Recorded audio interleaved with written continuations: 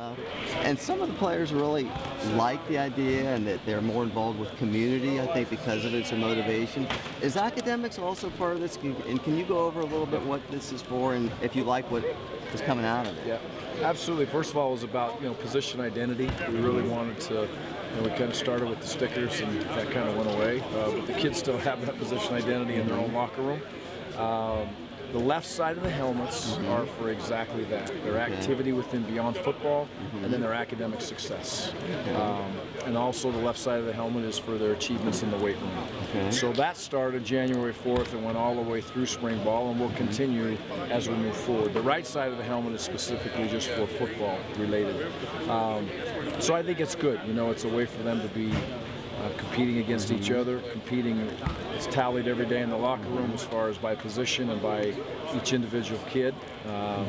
So it's just another way to compete, to have fun with it. I think it's been a very, very good addition. It was something, I just felt like we needed to have those competition moments wherever we can get them, academically, socially, whatever they do. And when they come back, Gary, in the fall, do they start over or do they keep what they have earned We'll keep those on, the practice helmets, as we go through it, especially with the community stuff and their academic stuff.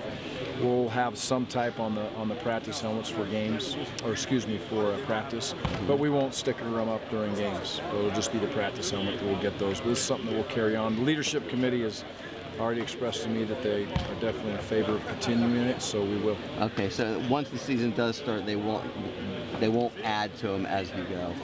No, as the season starts, they will continually add to them. So when we start summer conditioning, they'll start on the left side of the helmet again, just like it was January. So it'll be new beyond football and new weight room and new academics. Okay, thanks for clearing that up. Yep. Did Seth approach you about rejoining the team? How long ago did he do that? And just your thoughts right now about him being back on the squad. Yeah. Seth approached me. I couldn't tell you when it was. It was weeks ago. That he was, what he wanted to do. And when we first sat down and started talking about it was very clear that he was very confident that that's what he wanted, and he had a direction that this is where he wanted to be. At that point, I sat back and thought about it for a minute, communicated with people. I thought it was important that I, myself take a big deep breath and see exactly where the situation was, exactly where Seth was. Seth was making this decision, and I think that's so important when young people, they get influenced, they have outside people communicate with them, they get stressed and pushed in so many different ways of what's right. And when you see a kid finally make a decision of what he really thinks is right, then I'm in with him. And at that point, I decided that I thought it was something I'd pursue. I took it to the leadership, took it to the captains first. We had a discussion, took it from there to the leadership committee. We had a discussion, all thumbs up, not even one thumb kind of in the middle. It was all thumbs up, 100%. Came up with the stipulations that I put out there for Seth. I think it's important to earn your way back when you get into a situation like this. And it's not, I can't say it, he made a decision. He didn't make a mistake. He didn't, it was a decision that he made that he thought was best for him. But you still have ramifications of making those decisions. So he has a set step-by-step scenario he has to go through to get mainstream. And winter conditioning is a big part of that for him. He's been a great student. I tracked him all the time from the day he said he was leaving. I kept tabs on him academically to make sure he was doing okay. And the big thing here is Seth and I's line of communication never stopped. When Seth said he was leaving, and I talked to the head coach to where he was going to go to school, and told him exactly what the situation is. And obviously he liked what he heard, I guess, because they wanted Seth to be involved in the program. So I was there for him. And like I said in the release, it's my own children. They're just like my kids. I tell them all the time. They don't always make the decisions I want them to make, but it doesn't mean I'm going to close the door on anything. Can you kind of just give a rundown of this week in practice, what you feel like you accomplished, that sort of thing? Yeah, I think this was a good week. If we sit back and one of the deficiencies that we had was throwing and catching consistently, and a lot of that had to do with, I mentioned it after the receivers. Got after the receivers a little bit after the Hillsborough scenario, and on the flip side of that, they've reacted in a positive way. So far from arriving, but they've definitely done better. We've made some contested catches. I think the competition created by the two guys we brought in, Timmy and Trayvon have turned up the heat. And let's just throw it out there, and it is what it is. So you better react. And if it's competition, it's helping that move along, then that's great. If it's their own self-motivation, then that's great. If it's because we're doing other things better, then that's great too. But I hope it's all of it. I hope it's the competition. I hope it's the coaching. I hope it's their focus, the time they're spending outside of football. So that's a good thing. We've handled tempos of practice much better this week as a team.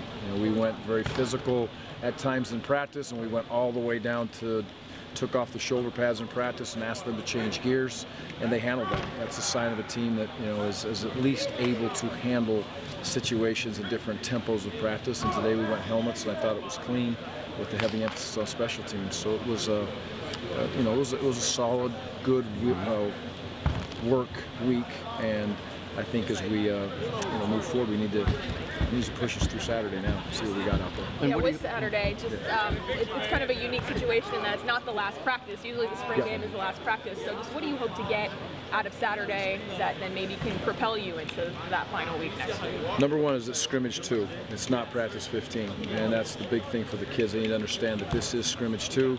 We're not going into it. Sometimes you walk into spring games and what's the goal of the day? We'll stay healthy. That's not our goal. We're not in that position. So we're going to go out. We're going to scrimmage hard and heavy. It's going to be the best game day home experience that we can give them. Last week we gave them the best away game experience that we could possibly give them without it being real. So this is where we're at right now in the spring game. Looks like it's going to be a beautiful day. It will be a little different. It's offense versus defense, but the scoring system should be fun. It should keep it competitive, and I'm controlling the score, so it will be competitive. It'll be close. At the end, I would love to be able to get into a 2-minute situation for somebody to have to win or lose the game, or a kicker potentially make a kick to win or lose the game. And we'll try to create that environment. The field's about 80 yards because of the construction, which we'll give up that 20 yards of field gladly for the new facility as they continue to work on that.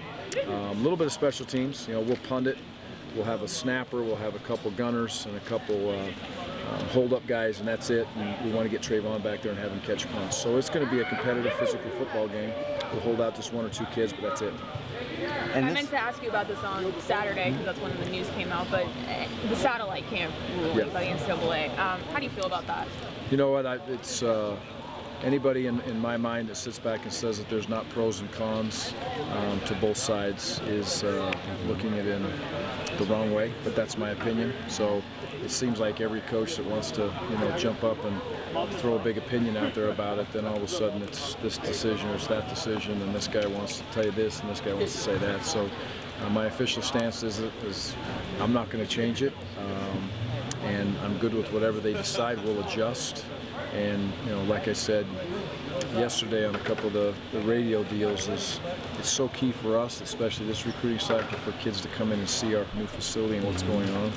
So for us to get them on our campus is the #1 goal, and we have a lot of them coming this weekend. So I'm more worried about those kids coming here this weekend and this football team that's here than I am about arguing and bickering about whether I'm going to get on an airplane for the month of June or not. So I'll just play by the rules. Here your players are competing every practice, of course. Does the spring game, because there's be several thousand people there, does it rise above in some way in a competitive aspect? Is this a little different? It absolutely does. And it better. It should. It's a game day, and we're again. You go look at us. We say, hey, we're 48-hour rule. How are we going to get ourselves ready for a game? What are we doing? That's what we're doing. So it's important for us to get into this moment and treat it like a game. Wake up in the morning understanding we're going to play a game. Is it exact? Mm-hmm. No, but it's that moment. And I hope we have a tremendous crowd for these kids. It should be a great day for the fans. It's free this year, so you come out and see the kids. We're going to have a good autograph session after the game for everybody who wants to come and be involved. So, but I expect it. And we expect it, I hope, as a football team, which I believe we do, to prepare in the next 48 hours like it's a game. We have to. Okay? We haven't won many of those. Anything else? Cool. Okay, thanks, guys. Thanks, Gary. Appreciate it.